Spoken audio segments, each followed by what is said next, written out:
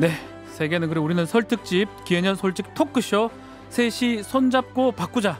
박지훈 다시 인사드리겠습니다. 방송 지금 3, 4부 들으시는 분들 이 무슨 소리고 셋이 손잡고 바꾸자. 셋이 손잡고 뭐야? 이렇게 말씀하실 수 있을 건데요. 다시 설명해 드리겠습니다.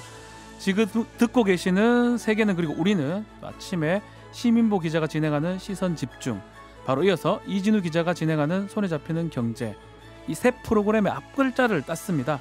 세계는의 세, 시선집중의 시, 손에 잡히는 의 손잡, 셋이 손잡이 되고요. 여기서 가자라는 뜻의 고를 붙이면 셋이 손잡고가 됩니다. 자, MBC 라디오 시사 프로그램 삼총사의 진행자 3명이 기해년 벽두에 솔직하게 속마음 토크쇼, 이게 바로 셋이 손잡고 바꾸자입니다. 1, 2부에서는 정치 사회를 바꾸기 위한 토론을 해봤고요. 이제부터는 경제를 바꾸기 위한 토론을 해볼 텐데요.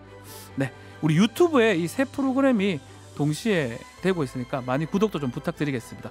그 전에 잠깐 들을 게 있습니다. 네, 광고입니다. 광고 듣고 와서 다시 이야기 이어가겠습니다. 기해년 솔직 토크쇼 셋이 손잡고 바꾸자. 네, 시선 집중의 시민보 기자, 손에 잡힌 경제 이진우 기자 두 분 나와 계십니다. 야, 두 분 하고 있으니까 좀 편해요. 너무 말씀들을 잘하시고, 그래서 저는 뭐 그냥 중간에 앉아서 듣고만 있는데요. 네, 세 번째 주자는 우리 또 이진우 기자의 전문 분야죠. 경제를 바꾸자입니다.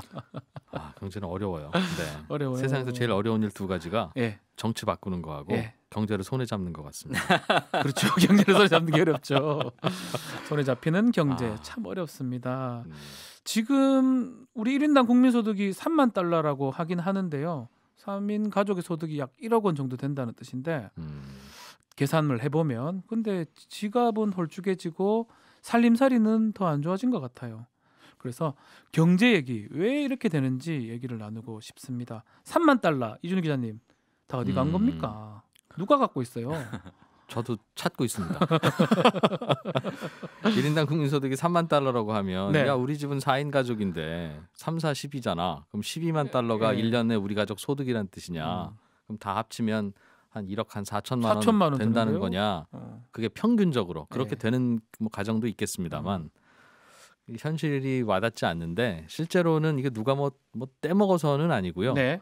1인당 국민소득 3만 달러라고 할 때는 각 가정들이 벌어들인 소득 다 더해서 평균 낸 게 아니라 각 가정들 더하기 모든 기업들의 소득까지도 다 더한 겁니다. 기업이 크네요. 네. 그러니 뭐 삼성전자가 뭐 몇십조 원씩 이렇게 벌어들이는 것까지도 다 총액에 들어가서 나누기 한 거라서 어찌 보면 실감이 안 가는 게 맞죠. 네. 전 세계 어느 나라도 그 정도 1인당 국민소득만큼 내가 번다라고 이야기하는 국민이 평균이 되는 나라는 없긴 없어요. 50%가 되는 나라는 없겠죠. 예, 잘. 그렇긴 한데 문제는 그러면 1인당 국민소득이라고 하는 건 기업 소득과 개인 소득이 합쳐진 거구나 네. 라고 이해하면 되는데, 점점 더 괴리감이 커지는 이유는 기업들이 가져가는 몫이 이제 점점 커지고 있다는 게 문제죠. 근데 우리는 여기서 항상 그러면 기업이 나쁘네.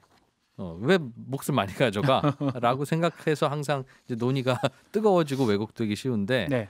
기업이 많이 가져가는 이유는 부가가치를 만들어내는 과정에서 기업들이 돈 주고 산 기계나 설비나 장비들이 하는 일이 네. 기업들이 고용한 근로자들이 만들어낸 부가가치보다 많아서 그렇습니다. 이거는 어찌 보면 당연한 거네요, 결국은. 안타깝지만 네. 어쩔 수 없어요. 자본의 논리라는 거죠. 그래서 이거를 기업들 보고 뭐라고 한다고 해결되는 문제가 아니라는 게 안타까운 문제입니다. 예. 자, 그렇지만 뭐 빈부 격차 문제라든지 뭐 양극화 문제 얘기도 계속 나오고 있는데, 그래서 세금 얘기가 나와요. 네. 세제를 바꿔야 한다고. 이번 정부에서는 세제 개편 같은 걸 많이 하고 있잖아요. 지금 세제가 안고 있는 가장 큰 문제점은 뭐라고 봅니까? 너무 어려운 질문인데요. 근데 이번 정부 출범할 때 사실은 문재인 정부에서 이 재정 개혁 특위라는 네. 걸 출범시키면서 여기서 내놨던 과제들이 있어요. 뭐냐면 소득세를 안 내는 사람이 너무 많다, 우리나라에. 그렇죠. 한 소득세 안 내는 사람이 48%쯤 될 겁니다, 아마. 아예 이제 면세점 이하에 있는 것이죠. 그리고 이제 뭐 그때 나왔던 얘기는 주식 양도 차익을 좀 과세를 강화하자. 네. 그리고 금융소득 종합과세 이것도 좀 강화하자. 그리고 종부세와 재산세 통합하자.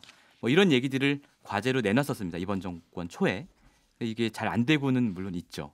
이런 문제들이 있고 저는 이제 현장에서 느끼기로는 네. 이제 저는 조세도피 문제를 취재를 많이 했는데요. 해외에 이제 조세도피처에 예. 재산을 빼돌린 사람들 취재를 많이 했는데 우리나라에서는 이 세금 행정이 너무 공개가 안 돼 있어요. 예를 들어 저희가 A라는 기업가가 해외 뭐 버진 아일랜드에 차명으로 회사를 만들어서 거기에 몇백만 달러 갔다 이런 내부 증거를 가지고 보도를 하잖아요. 네. 그럼 이 사람이 그래서 조사를 받았는지 그 조사를 받아서 세금을 얼마나 내는지 이런 것들을 전혀 국세청에서는 얘기를 안 해줘요. 물론 이유는 있죠.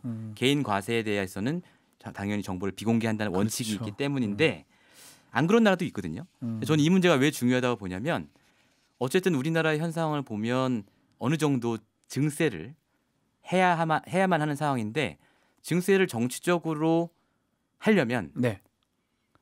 이런 세금 행정이 불투명한 문제를 그대로 두고서는 정치적으로 이런 결단을 내릴 수가 없어요. 왜냐하면 너무 많은 사람들이 세금에 대한 불신이 너무 많고 내가 내는 나는 유리지갑인데 남들은 다 빼돌리고 부자들은 안 내고 하는 것 같아. 그런데 증세를 왜 해?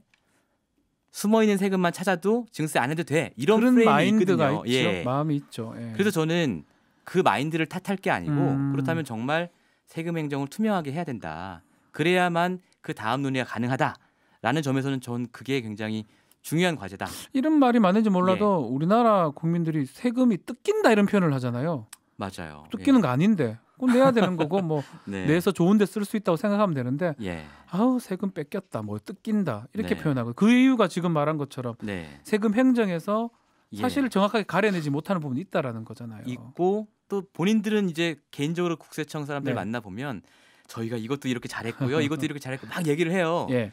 이거 기사 써도 됩니까? 그러면 그건 안 돼요. 쓰지 말아 달라 그러죠. 예, 네. 이러거든요. 그러니까 국세청이 뭐 잘하고 있는지 못하고 있는지를 어쨌든 투명하게 좀 내놔서 얘기를 해야 된다. 저는 이 부분이 되게 중요하다고 생각합니다. 예. 부동산 보유세 지금 얘기가 한참 나오고 있는데 이 보유세하고 또 지난해죠 공시지가 높이고 이런 예. 방식들은 어떻게 보십니까?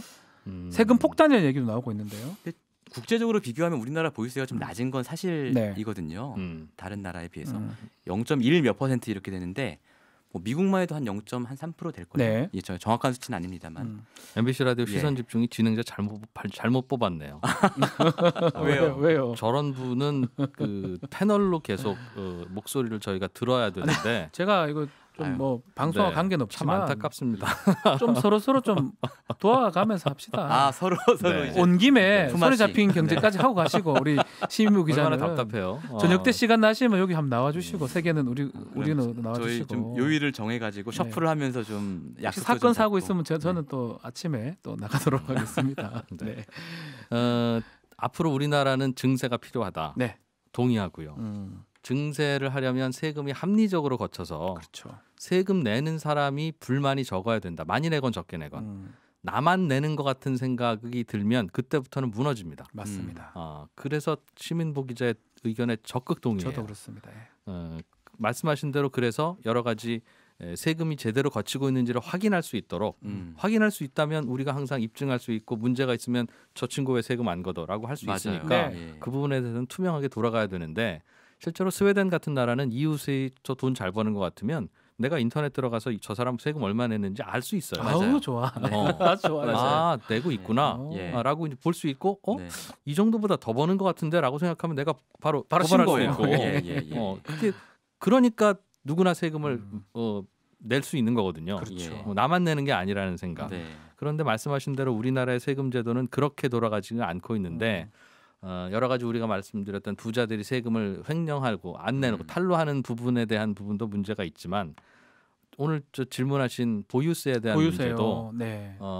일각에서는 너무 낮다고 표현하는데 꼭 그런 부분만은 아니에요. 그래요. 실제로는 낮습니다. 보유세가. 네. 낮아서 합리화시킬 필요는 있는데 우리나라의 보유세는 보유세라는 이름으로는 낮게 부과되고 있으나 부동산을 사고 팔 때, 살 때 내는 취등록세, 팔 때 내는 양도소득세는 세계에서 유례 없을 만큼 높은 편이에요. 그러니까 실제로는 부동산 자산을 갖고 있으면 부유하기 때문에 네. 세금을 많이 내야 되는 건 맞아요. 그러나 우리나라는 그동안 세금을 처음에 살 때 내는 취등록세에서 많이 걷고 그렇죠. 나중에 양도소득세에서 많이 걷어서 예. 그래서 세금을 그렇게 걷는 방식이었어요. 그 대신 중간에는 좀 덜 걷고 그러니까 중간에 내는 세금만 비교하면 다른 나라보다 적죠. 그러나 앞뒤로 내는 세금은 다른 나라보다 많아서 그러면 부동산을 보유하는 전체 기간에서 세금을 얼마나 내느냐를 따지면 절대 적게 내는 건 아닙니다. 그렇군요.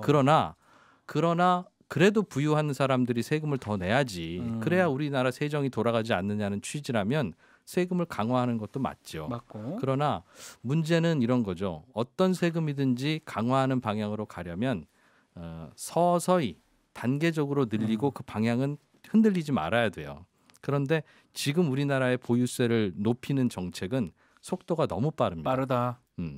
그러니까 최저임금도 마찬가지예요. 방향은 옳지요. 근로자들의 소득이 늘어나는 게 왜 나쁘겠습니까? 그러나 갑자기 올리다 보니까 여러 부작용이 생겨서 심지어는 자꾸 후퇴하려고 하잖아요. 네. 이것도 마찬가지라는 거죠. 그래서 세금 제도는 방향을 정했으면 그 부분이 잘 정착되도록 해야 되는데 우리나라는 이걸 집값 잡는 수단으로 쓰려고 하고 그렇죠. 심지어는 부자들에 대한 징벌로 쓰려고 하다 보니까 그 부분이 국민 감정에는 해소가 될 수 있을지언정 그렇게 되면 세금을 내는 분들은 또 불합리한 세금으로 받아들여진다는 그렇죠. 거예요. 예를 들면 이런 겁니다. 대표적인 게 이제 종부세 같은 경우에 우리나라에서 나대지 50억 원짜리를 갖고 있는 사람과 50억짜리 주택을 갖고 있는 사람은 누가 더 부자예요? 주택. 똑같이 50억 원어치 갖고 있잖아요. 네. 같죠. 그러니까. 같은 부동산 심지어는 같은 부동산 자산을 갖고 있는데 네. 50억짜리 집 갖고 있는 사람과 50억짜리 땅 갖고 있는 사람에게 매겨주는 종부세는 50억짜리 집이 훨씬 높습니다. 그건 왜 그렇지요라고 물어보면 좀 설명하기가 애매한 부분이에요. 왠지 그냥 부러워요. 50억짜리 주택이 더. 그거를 5억으로 낮춰도 마찬가지입니다. 더 부러워요. 주택이 부러워요. 그런 거죠. 그리고 예를 들면 보유세를 높여가야 되겠다는 취지가 맞는데 네. 예를 들면 항상 이렇게 소급해서 적용하면 안 되는 것이 보유세가 갑자기 늘어나고 있잖아요. 그분들은 그렇죠. 집 사기 전에 이렇게 보유세가 높을지 예상을 못했다는 거죠. 그렇다면 앞으로 사는 집에 대해서는 이렇게 보유세를 높이겠습니다라고 하는 게 합리적이죠. 우리도 자동차 사고 나서 갑자기 연비가 떨어지거나 하면 화나잖아요. 바꿔달라고 하고 싶잖아요. 그렇죠. 근데 이런 부분은 세금을 좀 더 걷겠다고 하는 취지에 동감을 하지만 그 부분에 대해서 집행이 이렇게 잘못되면 문제는 세금 내는 사람들이 불만을 갖게 될 수밖에 없고 예. 그러면 또 부작용이 나타나는 겁니다. 그러니까 보유세든 뭐든 자산을 많이 갖고 있는 사람이 부자니까 세금을 더 내야 되겠다는 것에 대해서는 온 국민이 공감을 하는데 네. 그러면 그 부의 형태가 주식이든 현금이든 펀드든 뭐든 전체적으로 자산이 50억 원어치 있으시군요. 그럼 얼마 내세요? 보유한 자산에 맞겠죠, 따라서. 사실은. 그게 이제 부유세의 개념인데 그것까지도 다 동의를 하더라도 왜 집으로 갖고 있으면 더 내야 되고 왜 현금이나 주식으로 갖고 있으면 덜 내도 되느냐. 예. 이 부분은 부동산 가격을 조절하기 위한 수단으로 세금을 쓴 건데요. 네. 앞뒤가 바뀌지 않았나 하는 거죠. 세금 제도가 더 중요해요. 부동산 가격보다. 그렇죠. 정확한 지적이 아닌가 생각이. 세금 얘기를 하고 있는데 많은 세금들 있잖아요. 세금들 중에 좀 바뀌어야 될 세금 부분 어떤 게 있을까요? 바뀌어야 할 세금이요. 뭐 방금 말씀하신 보유세도 있고요. 저는 상속세는 좀 어떻게 보십니까? 상속세요. 네. 이게 사실 굉장히 뜨거운 감자인데 우리나라 상속세율이 사실은 높은 건 사실이에요. 38%인가요? 예. 뭐 그 정도 되죠. 예. 최고 50%거든요. 이제 대주주일 경우에. 그렇죠. 예. 그러니까 50% 상속세라면 사실은 세대가 한 세대 지나면 네. 내가 어떤 회사의 지분을 100% 갖고 있다고 했을 때 절반이 되는 거고 그렇죠. 3세대로 가면 25%밖에 안 되는 거예요. 세금을 정직하게 다 냈다고 다 했을 낸다면? 때. 예. 그렇기 때문에 우리나라 상속세율이 너무 높은 거 아니냐라는 지적이 사실은 있습니다만 하지만 현실에서는 그렇게 세금을 내는 경우가 거의 없죠. 공제가 한 10억 정도는 됩니다. 예. 뭐 상속 공제가. 이제 저희 같은 보통 일반 사람들은 사람들. 예, 네. 사실 그래서 낼 10억, 일이 없어요. 예, 별로. 10억 일반인들. 이하면 낼 일이 없는 낼 일이 거고요. 없습니다. 예. 근데 이제 대기업의 대주주의 경우에도 네. 사실은 뭐 여러 가지 수단들이 있잖아요. 그렇죠. 예를 들어서 뭐 그 어릴 때 시드머니를 줘서 그 회사를 하나 만들어 준 다음에 그 회사의 일감을 잔뜩 몰아줘서 네. 몇 조짜리를 키워서 그런 식으로 상속을 한다든가. 한때 유행했죠. 일감 예. 몰아주기요. 예. 네. 현대차, 뭐 삼성 다 마찬가지인데. 그렇게 했죠. 예. 그런 식이기 때문에 이제 상속세율이 사실은 50%라고 해도 실효세율은 아니다 이게 이런 생각이 들거든요. 하지만 어쨌든 이걸 손을 보긴 봐야 된다라는 생각을 좀 들어요. 너무 높은 상속세 때문에 그 재벌들이 편법을 쓸 수밖에 없었다면 물론 편법을 쓴 건 잘못이지만 이 부분을 좀 고쳐줘야 되는 거 아닌가 이런 생각도 좀 개인적으로는 좀 갖고 있습니다. 그렇죠. 뭐 삼성이나 현대나 다 그런 시도들을 하는 것 같아요. 그래서 성공하는 경우도 있고 실패해서 다 내는 경우도 있고 한데 세율이 너무 높으니까 그런 현상이 일어난다는 게 시민보복 기자님 의견 같네요. 박지훈 변호사님께 질문 하나 드려볼게요. 무섭습니다. 우리나라 대표 기업인 삼성전자와 현대자동차가 외국인 펀드가 주인이 돼서 외국인이 이 CEO도 되고 그들이 경영을 하게 됐다고 생각해 보세요. 어떨 것 같으세요? 반대하십니까? 찬성하십니까? 저 솔직한 마음을 말씀드리면 사실 반대합니다. 저는. 외국인보다 그래도 한국인 한 것 같아요. 제가 그냥 아무런 뭐 어떤 관념 있는 게 아니고 아니요, 거기에 대해서는 정답이 있는 건 아닙니다. 제 마음적으로 그렇습니다. 그런데 아마 많은 분들이 그렇게 생각하실 수도 있고 또 다르게 생각하실 수도 있을 텐데 이게 그래서 정답이 없는 문제예요. 그러면 외국인은 안 되면 한국인이 계속해야 되면 그 이재용 부회장 일가, 정의선 부회장 일가가 하는 수밖에 없잖아요.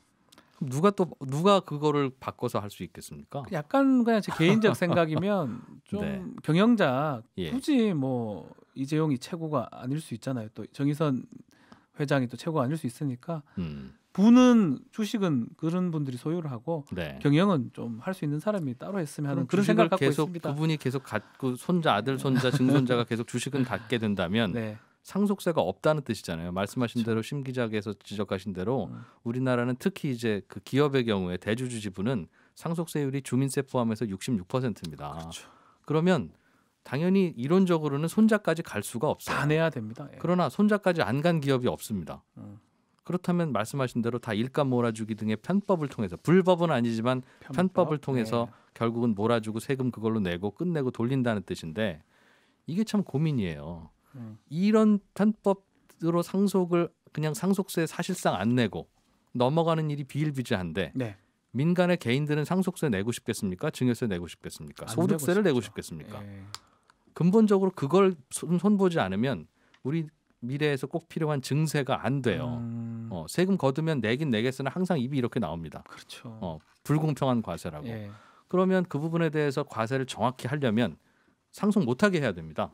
그럼 상속을 못하게 하면 결국은 다음에 경영권은 외국인 펀드들이 가져갈 수밖에 없을 텐데 그럼 그거에 대해서 국민 감정이 오케이냐 하는 문제 참 고민스러운 문제예요. 생각을 못 해봤네요. 가만 보니까 그렇게 되면 상속을 못하면 당연히 외국인이 가져가겠네요. 아니 꼭 그럴 가능성이 높겠네요. 왜냐하면 이제 스웨덴의 뭐 발렌베리 가문 같은 경우 저희가 얘기를 하잖아요. 발렌베리 그룹이 이제 대를 이어서 지금 계속 한 가문이 지배하고 있는 기업인데 이 회사는 뭐 전 정확히는 모릅니다만 사회적 합의가 이루어졌다고 해요. 그게 바로 상속세 없앤 거예요. 그게 바로 발렌베리 가문은 앞으로 상속세는 안 거둘게. 그 대신 경영에선 손을 떼라. 그래서 이제 발렌베리 가문은 지배만 하고 지분을 가지고 지배만 하고 그 경영을 제일 잘하는 사람이 할 수 있도록 그 워런 버핏이 그런 얘기를 했다고 하잖아요. 이 재벌 그룹을 이제 2대 3대에 물려주는 것은 아버지가 올림픽 금메달리스트라고 해서 아들도 올림픽 금메달리스트가 될 거라고 기대하는 거 똑같은 일이다. 그렇죠. 그런 면에서는 그런 사례도 저희가 참고해서 좀 지혜로운 해법을 찾을 수 있지 않을까? 사회적으로 뭔가 타협을 하지 않으면 상속세를 없애줄 테니 경영에선 손 떼라 하지 않으면 상속세도 계속 있는데 경영에서 손 떼라 하면 안 떼요. 왜냐하면 아들 손자한테 일감을 몰아줘야 되는데 경영에서 손 떼고 나면 일감 못 몰아주잖아요. 그렇죠. 그 CEO가 내 손자한테 일감 몰아줄 리가 있습니까? 남인데. 그러면 어떻게 하느냐 이 문제를. 그래서 항상 재벌 대기업에서 나타나는 모든 비리의 상당 부분은 이 편법 승계 때문에 만드는 문제예요. 그러니까 우리는 결정을 해야 됩니다. 그 편법 승계를 확실하게 처벌할 것이냐. 그래서 외국인에게 펀드 넘어가더라도 혹은 뭐 다른 내국인이 갔더라도 관계없이 우리나라에선 상속세를 철저하게 매겨서 아버지가 일군 기업은 적어도 손자한테는 안 가라고 하는 걸 룰로 만들든가 그게 아니라면 깔끔하게 상속세에 대한 고민을 끝내서 스웨덴이든 어떤 나라든지 현실적으로 만들든 없애든 해서 거기에 대한 문제는 없애게 풀어줘야지 이것도 하고 싶고 저것도 하고 싶은데 아무것도 안 바꾼 상태에서 문제를 가만히 내버려 두면 이거는 다른 사람도 세금 내기 싫어하는 문제로 결부되는 거죠. 어려운 문제입니다. 그렇죠. 경제 얘기가 이만큼 어렵습니다. 사실 다른 얘기도 좀 하려고 했는데 세금 얘기를 하면서 3부는 마무리를 좀 지어야 될 것 같습니다. 세계는 그리고 우리는 설특집 기해년 솔직 토크쇼 셋이 손잡고 바꾸자. 세계는의 새, 시선 집중의 시, 손에 잡히는 의 손잡, 셋이 손잡의 진행자 3명, 이진우 기자, 신문부 기자, 저 박지훈이 모여서 솔직하게 토크하는 셋이 손잡고 3, 4부 주제가 경제를 바꾸자인데요. 앞에서는 세금 부분을 봤었고요. 마지막으로 비정규직 문제를 올려보겠습니다. 정규직, 비정규직. 이 경제 문제이긴 하지만 또 이게 헌법상 평등 원칙 같기도 하고요. 또 사회복지 문제인 것 같기도 합니다. 신부 기자님은 비정규직 문제 뭐라고 생각합니까? 저는 지금 말씀하신 부분, 그러니까 같은 일을 하고도 서로 다른 대우를 받는다는 것. 이게 저는 가장 큰 문제라고 생각을 하고요. 뭐 조금 죄송하지만 지금 좀 어려운 얘기를 하면 이제 피케티라는 학자가 있지 않습니까? 피케티라는 학자가 21세기 자본이라는 책을 썼는데 이분이 쓴 책을 보면 핵심은 이건데요. 이제 자산에서 나오는 이 소득이 일에서 얻는 소득보다 훨씬 더 빠르게 쌓이기 때문에 점점 더 양극화가 심해질 수밖에 없고 자본주의에서요. 그리고 결국은 이제 표현을 어떻게 쓰냐면 중세화라고 쓰거든요. 근데 어느 사회가 얼만큼 중세화되었느냐라는 이 척도를 봤을 때 우리 사회도 굉장히 빠른 속도로 중세화되고 있다는 겁니다. 그럼 이제 저는 비정규직 문제를 생각할 때 이 피케티가 이야기한 중세화랑 함께 생각해 보면 자산소득과 근로소득의 차이도 그렇게 나는데 근로소득 안에서도 정규직과 비정규직 차이가 그렇게 나고 그럼 한번 비정규직 된 사람은 영원히 중세로 치면 농노의 삶을 벗어나기 어려워지는 거잖아요. 그렇죠. 그게 과연 지속 가능한 사회일까라는 점에서 저는 굉장히 크고 추상적이지만 이런 점에서 비정규직 문제는 반드시 해소가 되어야 한다. 문제는 이제 어떻게 해소돼야 될지 제가 잘 모른다는 건데. 자, 정답을 주십시오. 이진우 기자님. 죄송합니다. 어려운 공을 떠나겠습니다. 하셔야 돼요. 역할이 손에 잡히는 경제인데요. 설특집 방송은 나쁜 방송이군요. 설특집인데 분위기도 딱딱한 이런 주제를 선택하지 않나. 이 답 없는 어려운 문제를 해야 되니까요. 정말 어려운 문제입니다. 제일 어려운 문제 중에 하나입니다. 근본적으로 이거는 그냥 빈곤의 문제예요. 그렇죠. 우리 사회의 경제력이 우리 국민들을 다 충분히 만족스럽게 먹여 살릴 만큼 넉넉하지 않아서 생긴 문제입니다. 그러다 보니까 상대적으로 소외되는 분들이 어쩔 수 없이 많이 생기고 소외의 정도가 더 강하고 힘들고 그런데 그분들의 신분을 보면 우연히 비정규직이기 때문에 생기는 문제지 비정규직이라서 생기는 문제는 아니에요. 제가 보기엔 그러니까 이 문제는 어떻게 다르게 바꾸더라도 우리 사회의 경제력 자체가 늘어나지 않는다면 그건 마찬가지입니다. 다만 경제력 자체가 늘어나지 않는 상황에서 고통을 줄이는 방법은 좀 더 나누면 되는 일인데 좀 더 나누기가 어려워요. 정규직과 비정규직 사이에 워낙 그 높은 격차가 있고 그거를 정규직이 양보하지 않고 그런데 양보하지 않는 정규직이 잘못이냐면 그렇지 않습니다. 입장 바꿔서 내가 정규직이라면 양보하겠습니까? 우리는 모두의 개인들인데 내 주머니가 저분보다 조금 더 넉넉할 것 같다는 이유로 돈을 막 뿌리고 다닌 적은 없잖아요. 박지훈 변호사도 예를 들면 밖에 나가서 뭐 사 먹을 때 3,000원입니다라고 하는 걸 아유 이거는 3,000원 아니라 10,000원 받으셔야 됩니다 하고 10,000원 주고 사신 적 있어요? 절대 그럴 일 없죠. 그렇지 않다는 거예요. 우리는 그래서 이게 참 나눠지기가 쉽지 않은 결국 우리 이진우 기자님 말씀은 이게 일자리나 이런 사회 전체의 부를 늘리지 않고서는 비정규직 문제 해결할 수 없다 이런 얘기인가요? 제 생각엔 그렇습니다. 고민의 결과는 우리가 사실은 비정규직의 문제가 아니라 비정규직 중에서도 예를 들면 박지훈 변호사 같은 방송 진행자, 예를 들면 뭐 목수, 타일공, 뭐 연예인 이런 고소득 비정규직은 문제 아니라고 생각하잖아요, 우리가. 그렇죠. 그런데 사실 그래서 정규냐 비정규냐의 문제가 아니라 저소득의 문제인 겁니다. 만약에 정규직도 소득이 낮다면 이것도 역시 문제인 거죠.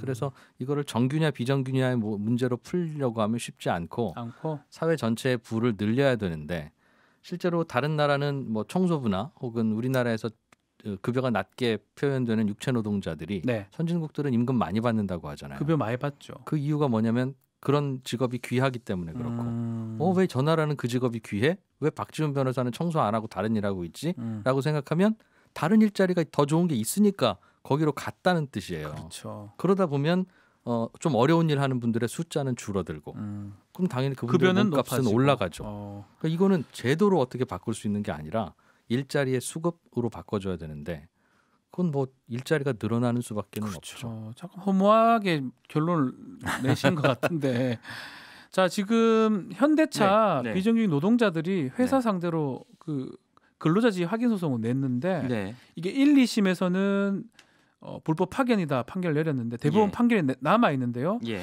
자 이게 어떻게 진행될까요? 이게 좀 현대차 입장에서는 상당히 중요할 것 같아요. 아니면 우리 네. 사회에서 가장 중요한 판결 중에 하나가 될 것 같긴 한데요. 사실은 이 현대기아차 노동자들이 회사를 상대로 낸 소송이 여러 개가 있었어요. 네. 여러 개가 있었고 그 중에 하나는 아직 대법원 판결이 남아 있지만 이미 대법원 판결까지 끝난 갔던 건도 사건도 있습니다. 있죠. 예.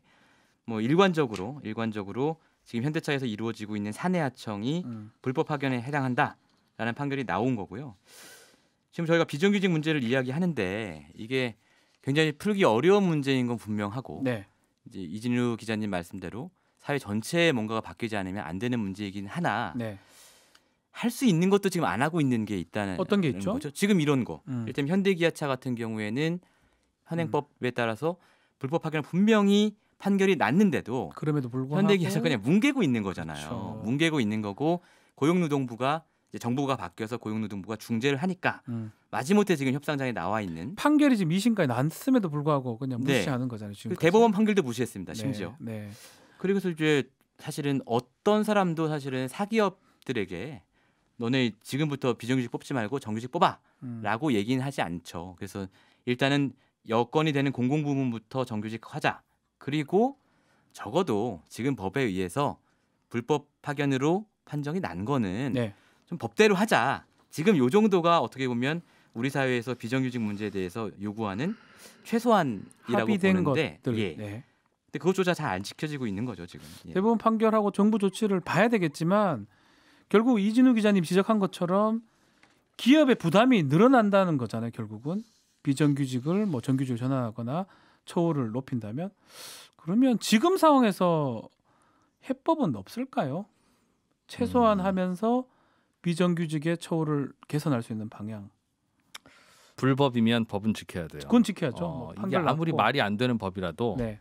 법을 안 지키기 시작하면 근본이 흔들리기 때문에 음. 이건 지켜줘야 되는 것인데 현대차의 이 불법 파견 문제도 마찬가지입니다. 이것도 왜 파견을 받은 근로자들한테 쓰겠어요? 예를 들면 필요할 때마다 사람을 뽑아서 쓰면 되는데 그렇죠. 문제는 자동차 공장이라는 건 일감이 많을 때도 있고 적을 때도 있으면 많을 때는 많이 뽑고 적을 때는 적게 뽑을 수 있으면 좋은데 그러면 다 정규직이 아니겠죠. 다 똑같은 조건의 근로자를 쓸 텐데 네. 그렇지 않아야 되면 반드시 필요한 근로자만 정규직으로 뽑고 나머지는 항상 임시직으로 뽑을 수밖에 없죠. 그 산수를 누가 풀겠습니까? 그 과정에서 나타나는 갈등이라서 이것도 제도로 모든 것을 해결하려고 하다 보면 항상 부작용이 생깁니다.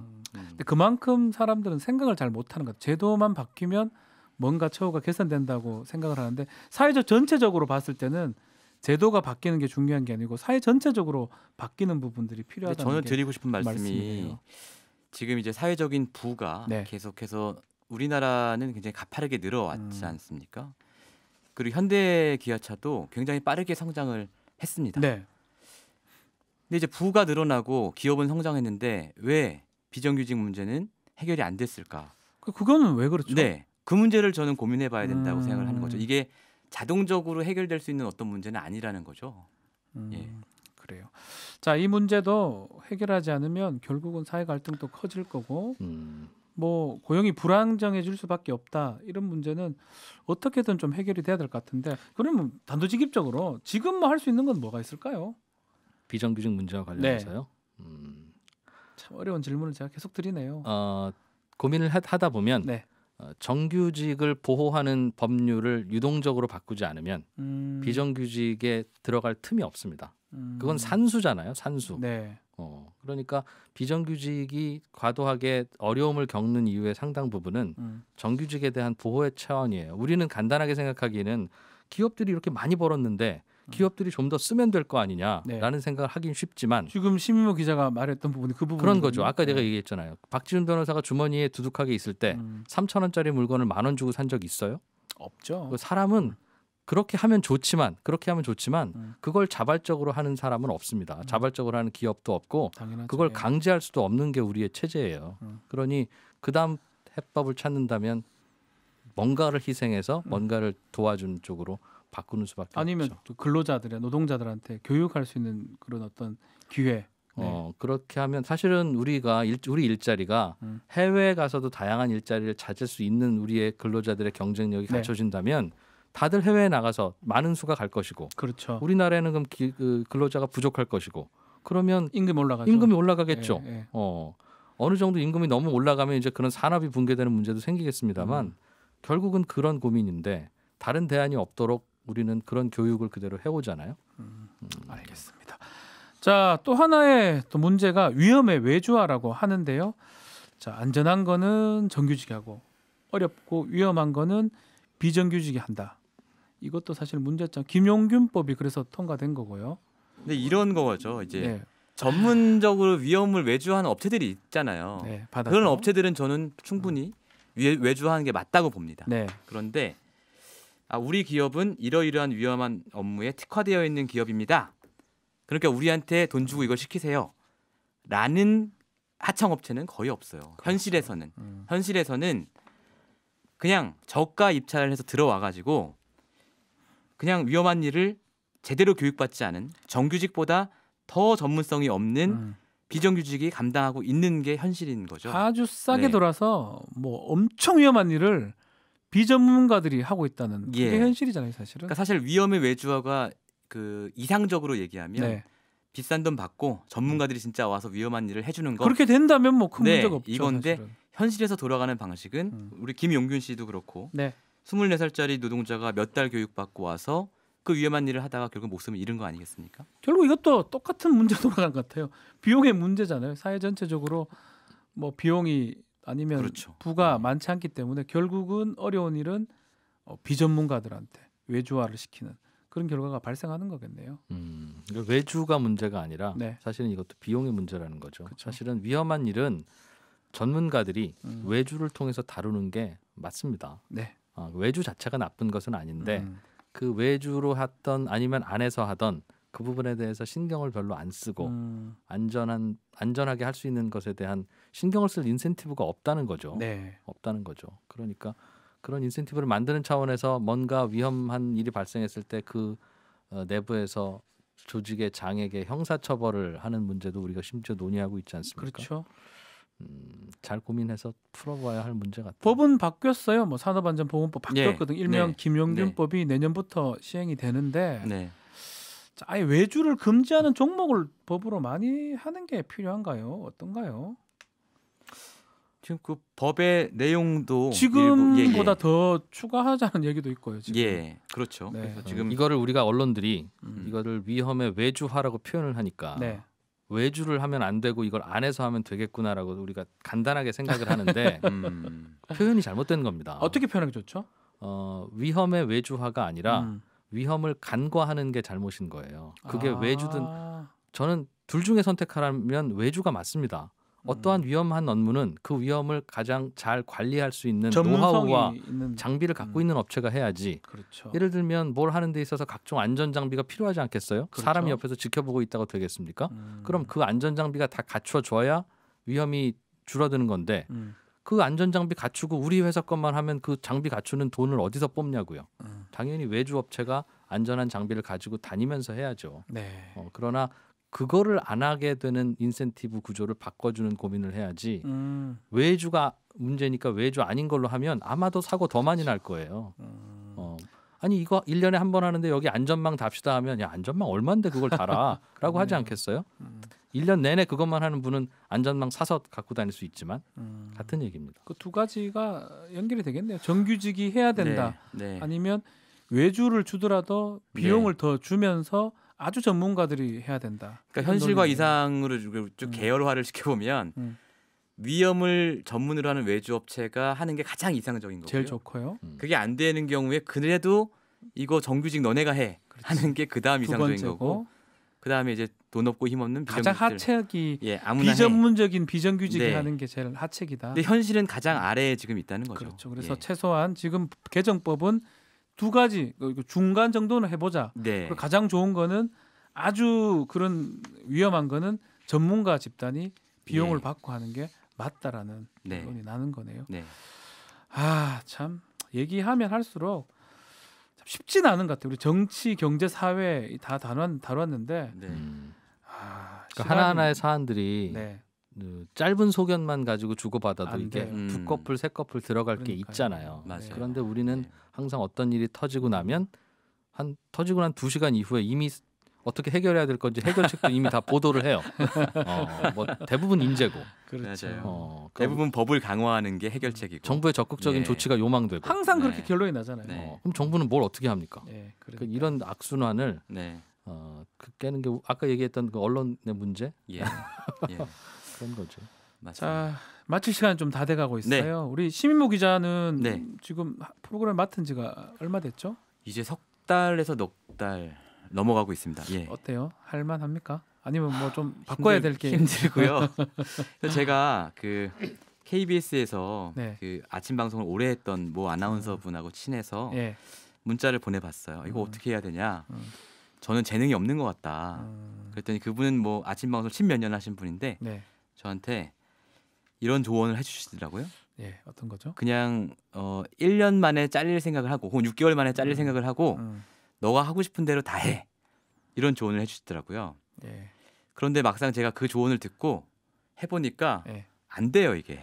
쉽지 않아요. 하고 마음대로 싶은 대로 할 수 한다는 것 없어요. 자체가 재능이구나 라고 느꼈습니다. 그러니까 오랜만에 진행자의 이야기를 직접 들어주신다고 해서 네. 사실은 뭐 이런저런 생각들 말씀드릴 수 있는 기회가 있어서 저는 고맙기는 하고 한데 다만 이런 것이 각자의 생각이 모든 이슈에 대해서 다르잖아요. 그렇죠. 다르고 진행자나 시사 프로그램을 바라보는 시선은 이런 얘기 저런 얘기 공정하게 중심을 잡고 전해주기를 바랄 텐데 네.